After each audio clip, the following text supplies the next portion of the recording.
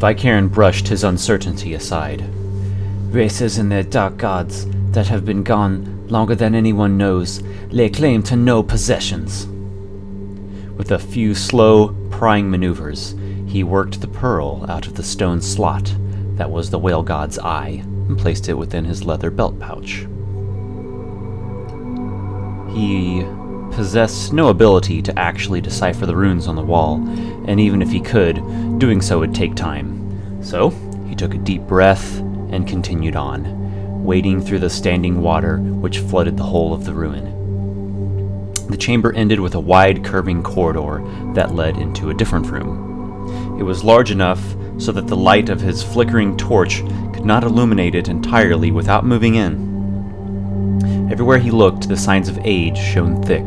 The stone walls bore corroded textures, splitting and crumbled, and overtaken by coastal lichen and vermin. He even noticed that some large roots had made their way through the cracks in the walls.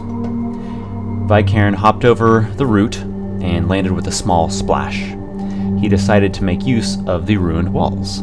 He stuck his torch in a rough crevice so that its glow, along with his natural low-light vision, allowed him to see the majority of the chamber.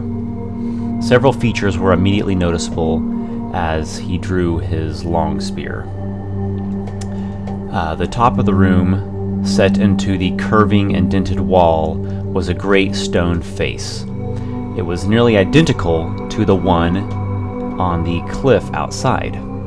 At the bottom of the chamber was a stone dais flanked on both sides by corridors.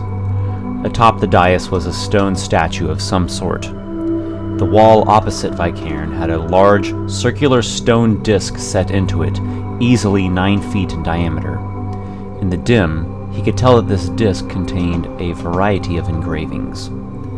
In the hollow quiet of the chamber, Vai'cairn suddenly was aware of the slightest of sounds. There was movement in the water nearby. He looked in the direction of the sound and spotted a snake slinking slowly towards him. Even though it was partially concealed by the water, he immediately recognized it. It was called La'ad Shia among his people, the death toxin viper. A single bite from this serpent was known to be able to kill a man.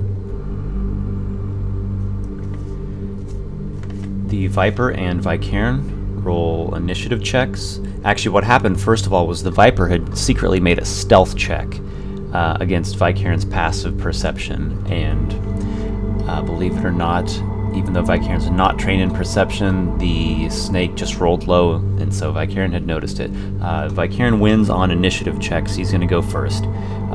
He moves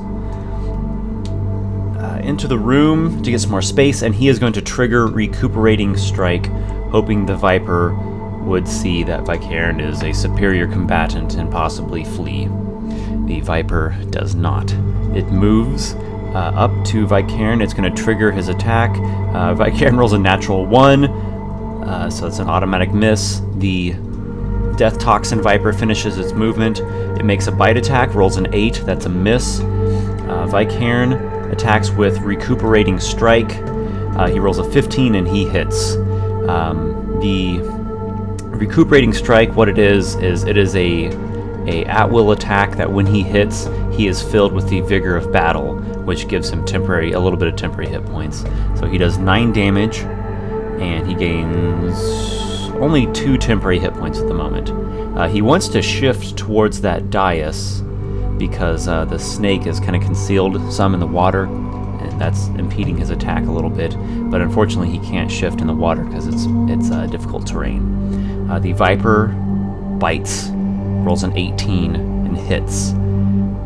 It does 3 damage to Vai'cairn, and Vai'cairn is poisoned. Vai'cairn begins his turn, and the poison immediately begins taking its effect. It immediately does 5 poison damage to him. He will attempt Resurgent Strike once again. He gets a 19. That is a hit. I'm sorry. It's not Recuperating Strike. He does Resurgent Strike, which is basically a much more powerful version of Recuperating Strike. He rolls a 19. He hits. He deals 20 damage. He skewers the Death Toxin Viper on his long spear. It is completely dead. He gains a good amount of temporary hit points from that attack, and he needs to make a saving throw. He gets a natural 16. That is going to be a save.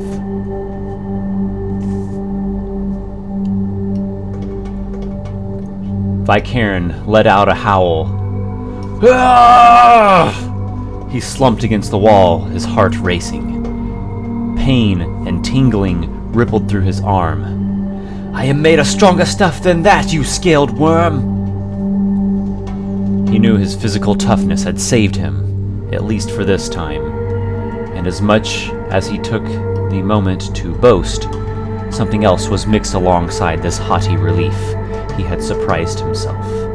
Whether he knew it in this exact moment or not, he had made a small discovery that indicated that he held greater potential than he had previously realized, being able to overcome the venom of the Death Toxin Viper, at least from one of its bites.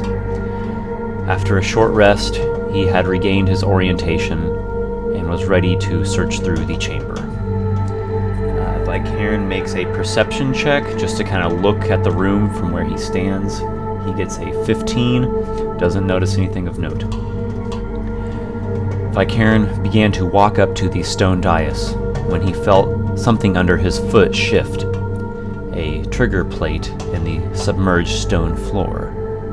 Heavy blocks came crashing down in all three of the corridors, sealing off the exits. Much to Vai'cairn's dismay, his torch was caught under the weight of the stone slab that sealed off the large corridor from which he'd come. Its light was smothered out in an instant. The chamber was completely dark, but for the briefest second, before a fiery glare began to glow in the eyes of the great stone face at the top end of the room. Vai'cairn rolls initiative. The trap that's triggering here gets an initiative as well. The trap has 15, Vai'cairn has 11. The trap's going to go first, and what happens is a little, like a miniature ball of flame shoots out of the eyes of this stone face. This is attacking Vai'cairn's reflex. It's a 24. That hits. Vai'cairn cannot evade the attack. He takes 7 fire damage. Vai'cairn quickly tries to make a decision. He can't really see at the moment. The stone blocks that he saw fall down look like they'd probably be very heavy. He doesn't think he could break through them. The water's too shallow to get completely covered. He can't get under the water to protect himself from the flames. But he decides maybe that circular disc. Since he can't see, he can only work while the fire is shooting at him, giving him these like moments of illumination. So he quickly runs over to the stone disc, and since he's going to be working while he's being shot at, he's granting combat advantage. The first shot comes. He makes a thievery check. His first thought is that maybe he can work this the mechanism of this loose so he can get it to fall open or open up or raise the slabs. He's making a thievery check is what he's doing. He's not trained in thievery. He gets a 15, and he does seem to make some progress with that. The attack of the flame is a 19 that hits him. It only does 4 damage, so it just barely singes him. He makes another thievery check on his turn. He gets an 11. That is not a failure, or that is a failure. The trap attacks again for an 11. It misses. Vai'cairn dodges out of the way of the flame. It just sort of like blasts against the damp stone walls ineffectively. Vai'cairn makes another thievery check. He gets a 16. Again, he is making progress.